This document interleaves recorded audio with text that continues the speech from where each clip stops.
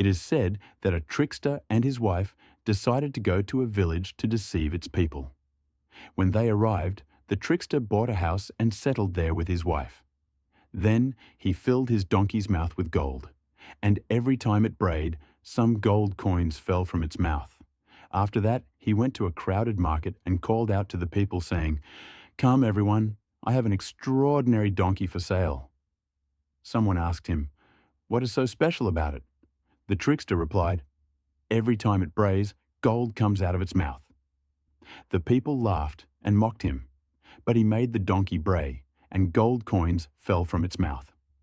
At that moment, the people competed to buy it until one of them purchased it for a hefty price.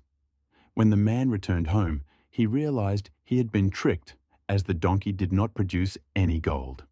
Furious, he decided to go with some villagers to get his money back. When they arrived at the trickster's house, they found only his wife, who told them her husband was not there, but that she would send the dog to look for him.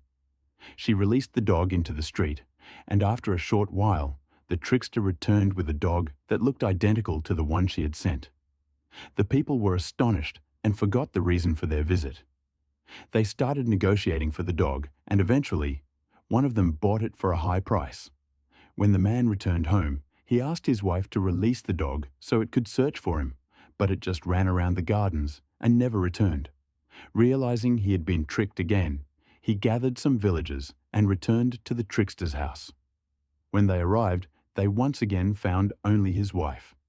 They waited outside the house until the trickster returned. He then shouted at his wife, "Why haven't you honored our guests and offered them something?" He then took a knife from his pocket and stabbed a pouch filled with red liquid that his wife had hidden under her clothes. She pretended to die, shocking everyone who thought he had killed her.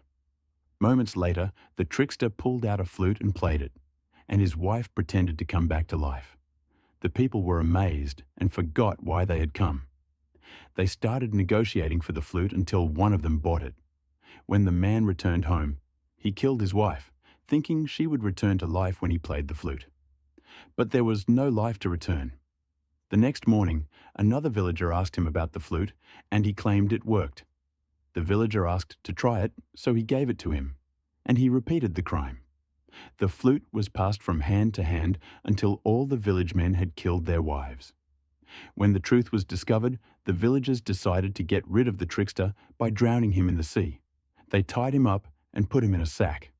On their way to the sea, they grew tired and decided to rest for a while.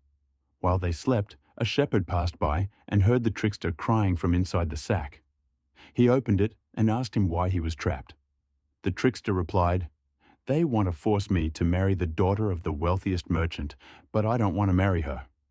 The shepherd, tempted by the idea of marrying the girl, untied the trickster and took his place in the sack, while the trickster took the shepherd's sheep and returned to the village. When the villagers woke up, they carried the sack and threw it into the sea. Then they returned, only to be shocked when they saw the trickster with a herd of sheep. They asked him how he survived, and he told them, "A mermaid saved me and gave me gold and sheep.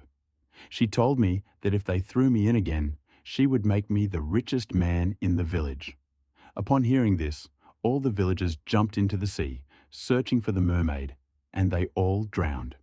Thus, the entire village became the trickster's kingdom. Moral of the story: greed and naivety make people easy prey for tricksters, as deception thrives on exploiting people's desire for quick riches. Blindly believing in miracles without thinking leads to disastrous consequences. In the end, intelligence and deception may bring success, but they never last forever.